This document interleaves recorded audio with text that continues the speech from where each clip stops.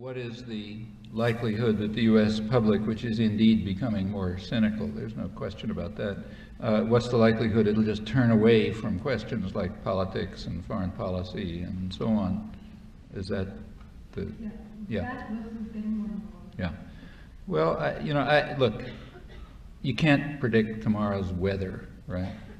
To try to predict human affairs is totally hopeless. If you look at the record of predicting human affairs, it is, you might as well draw lots or something.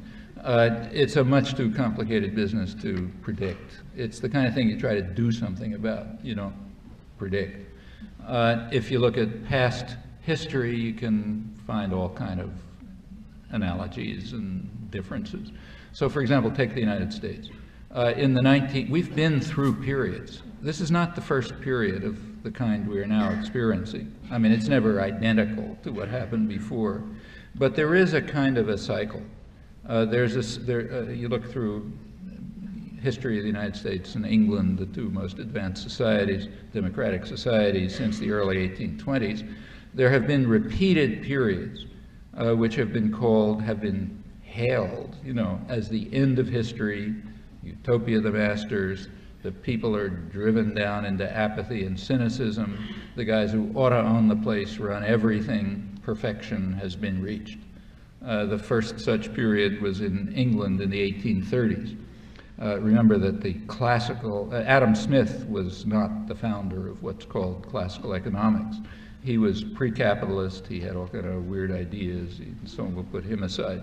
But something like what's called neoliberalism is found in the work of Ricardo and Malthus and other economists of that period. And they had to teach a very hard lesson, a new lesson, new in human history. The lesson was that human beings have absolutely no value. Okay? They have no intrinsic value. That's new. If you go back to, say, feudal society, everybody had a place, maybe a lousy place, but a place. You had a right to a certain place in the society, and you belonged there, and the society somehow had a responsibility to keep you there, even if you were a slave. But there was a new idea coming along, post-Enlightenment, post-classical liberalism, post-Adam Smith, or Jefferson, and that was coming along in England roughly in the 1820s, and that was that people have no rights. They have only the rights that they can obtain in the labor market, period. If you can't get enough to survive in the labor market, then starve or go somewhere else. Now, in those days, you could go somewhere else. Like, you could go to the United States or Australia or Canada. And a little problem about some people living there, but that wasn't too serious. So that sort of meant something. That was the message. And that's not easy to teach people. It's kind of hard to drive out of people's heads this strange idea that human beings have some intrinsic rights, apart from what they can gain in the labor market. But it looked by the 1830s as if it had sort of won. It was written into the legislation, looked fine, and so on. There was only one small problem. The British Army was spending most of its time and effort putting down rebellions. Because people couldn't get it into their thick heads that they don't have any rights. So they did all kind of crazy things. They were mutinying and, strange things happening. And finally, something even worse happened. The idea started to spread that if we don't have any right to live, you don't have any right to rule, And that was serious. You started getting Chartism, and the labor movement started organizing, and it was all very subversive.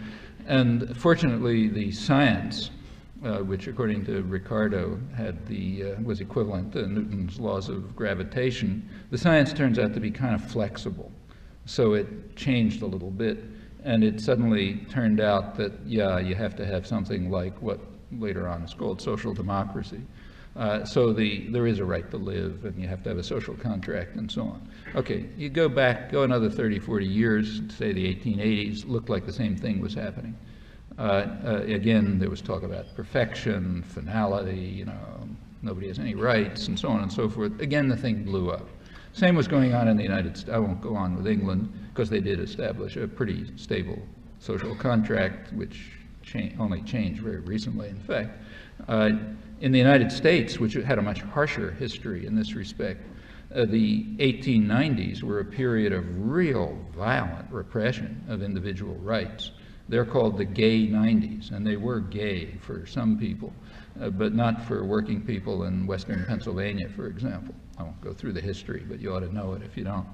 And then it looked like utopia again. Okay, by the 1920s, it really looked perfect. There's an important book on labor history by the leading labor historian, David Montgomery, Yale University. It's called The Rise and Fall of the House of Labor. And the fall of the House of Labor that he's talking about is the 1920s. That's when labor was completely smashed. The leading figure in the labor movement, Eugene Debs, was in jail because he refused to recognize the nobility of Wilson's war. The unions were completely smashed. You couldn't have meetings. I mean, you know, very undemocratic. I mean, in fact, he calls it a very undemocratic America, but it looked like perfection, finality, end of history, wonderful.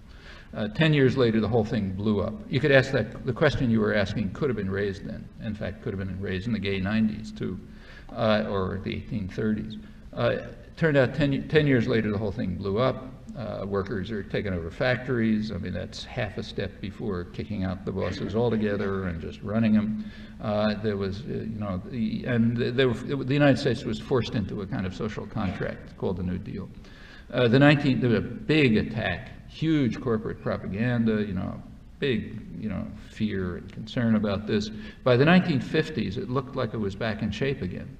That was a period of quiescence, very little happening. People are cynical and apathetic, end of ideology, it was called in those days.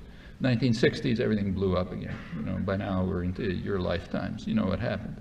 And right after the 60s, the ferment of the 60s, again, the same story.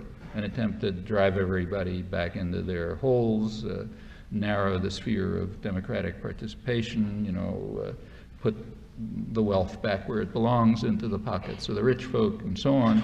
And that carries us pretty much until today. Well, it's a repetition. It's not the first time. And furthermore, it's not just a cycle. It's a cycle. It's a spiral that goes upwards. So you think about each one of these periods, you're better off than last time. So for example, now there's like a problem about defending Social Security and defending some kind of medical care for somebody, okay, let's say the elderly and the poor. That wasn't a problem in the 1920s because there was no Social Security and there was no medical care. In fact, even in the 1960s, there was no problem about defending medical care because there wasn't any, okay? And if you look case by case, I think what you find is a gradual growth in, I don't know, I would call it's a value judgment, so I'd call it civilization. You call it whatever you like. But anyway, a pretty steady change in something, which is a recognition of some kind of intrinsic human rights. And you get it beaten down, and then you start again, but from a higher level. And I think we're at a higher level now than ever before, in these past cycles. So where's it going to go next? Your guess is as good as anyone else's. No one's ever been able to predict in the past. Nobody can predict now.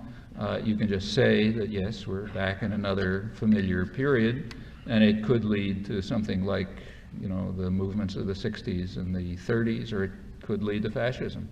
Nobody knows.